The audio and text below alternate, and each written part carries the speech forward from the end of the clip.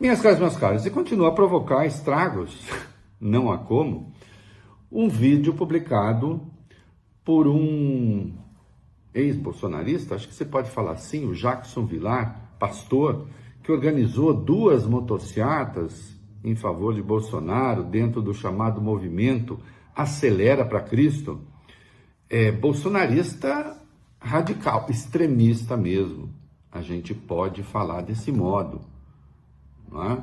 Mesmo depois do resultado das eleições, com a derrota de Bolsonaro, ele falou que era preciso quebrar as urnas, dar um tiro na cabeça de Xandão. Páginas no Telegram que eram pavorosas, né, em defesa do bolsonarismo. Foi candidato pelo Partido Republicano a deputado federal, não conseguiu se eleger. Tem um histórico de ameaça a jornalistas. Com ele nunca houve meio termo. E agora gravou um vídeo, como se sabe, provocando a fúria dos seus antigos amigos num supermercado, em que ele pega 1 litro de óleo, que está custando agora, na sua linguagem, 5 paus, e que custava 15 paus, como ele disse, no governo Bolsonaro. E aí se refere a Paulo Guedes. Viu, Paulo Guedes, pilantra, por que no seu governo não conseguia baixar essa zorra? Lembra a manifestação do próprio Bolsonaro dizendo que carne era artigo de luxo? Volta ao ministro, esse Paulo Guedes tinha de ser preso, tinha que pagar pelo que ele fez com o país, ele ferrou o país.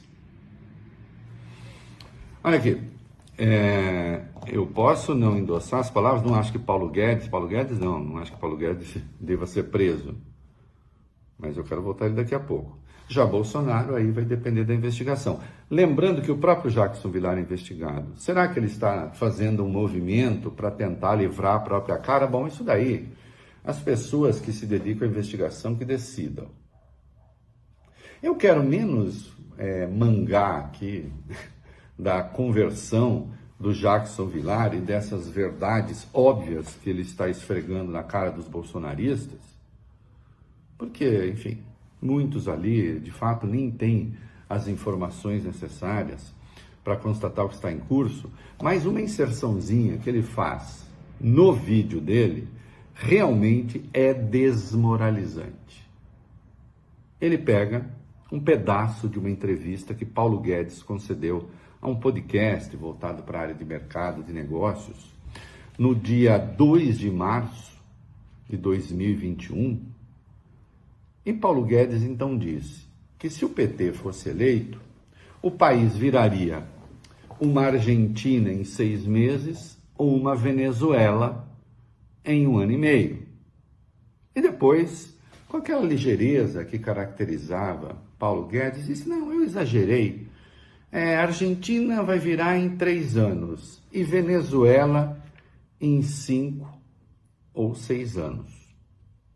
Bom, o PT está no 7º mês de governo, 7º mês de governo Lula, e como se sabe, a Câmara já aprovou a reforma tributária.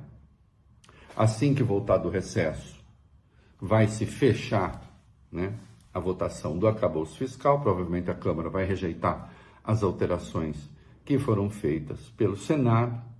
A Standard & Poor's, uma agência de classificação de risco, botou o Brasil na perspectiva positiva, e o mundo das finanças diz que sim, o Brasil está aí, vai ser a bola da vez dos investimentos.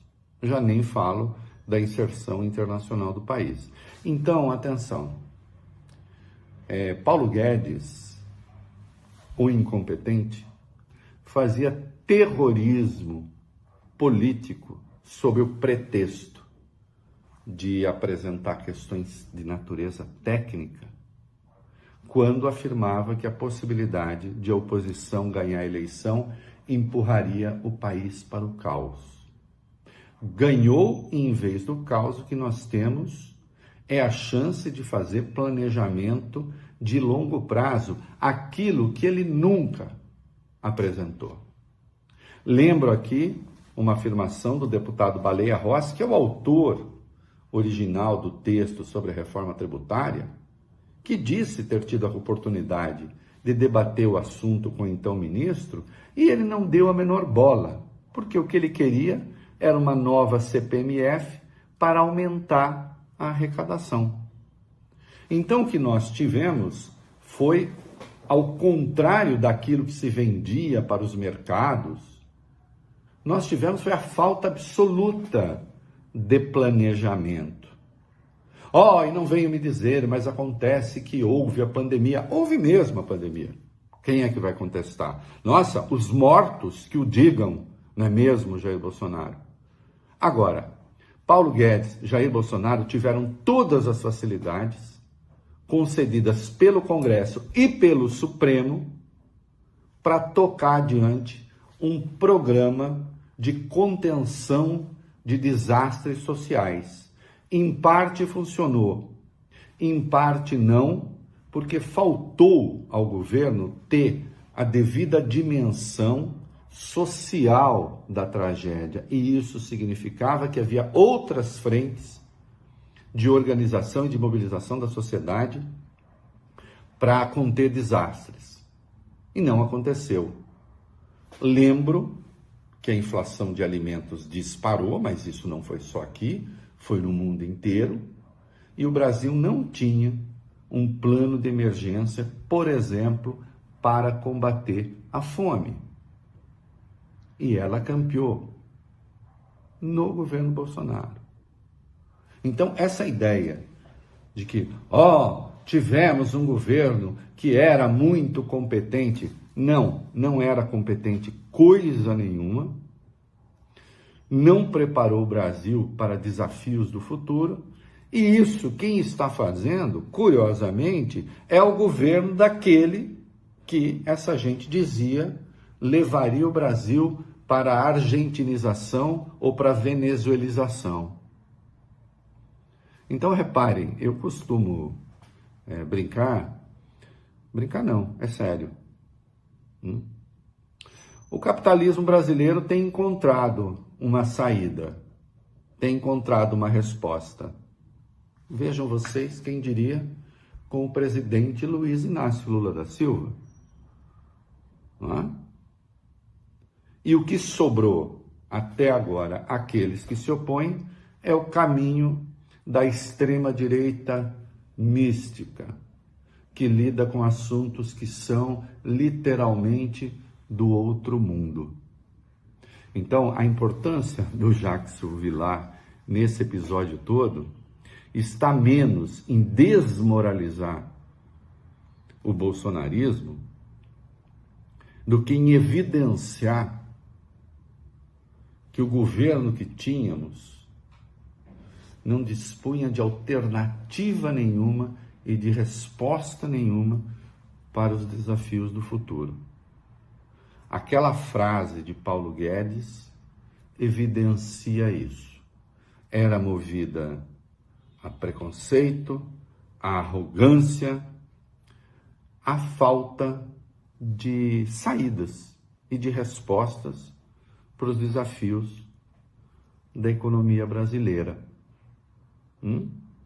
Que um ultra-radical do bolsonarismo, eventualmente convertido à realidade, tem evidenciado isso, não deixa de provocar uma certa vergonha em alguns economistas, em alguns teóricos que se apresentaram como justificadores daquilo a que se assistiu nos 4 anos do guedismo bolsonarismo.